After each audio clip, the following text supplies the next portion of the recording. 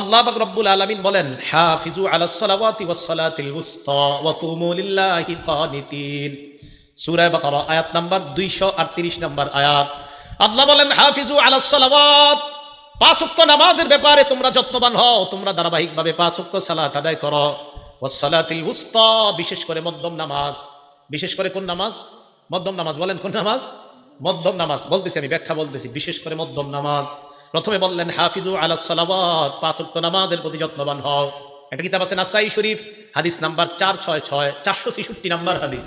ক্বালা রাসূলুল্লাহ সাল্লাল্লাহু আলাইহি ওয়াসাল্লাম, আল্লাহ নবী বলেন, ইন্না আউওয়ালা মা ইউহাসাবু বিহিল আবদু ইয়াউমাল কিয়ামাতি সালাতুহু।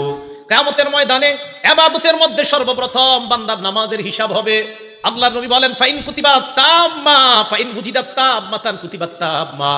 নামাজের হিসাব যদি সঠিকভাবে পাওয়া যায়, কুতিবাত তাম্মা, সবটাও পরিপূর্ণভাবে লিপিবদ্ধ হয়ে যায়।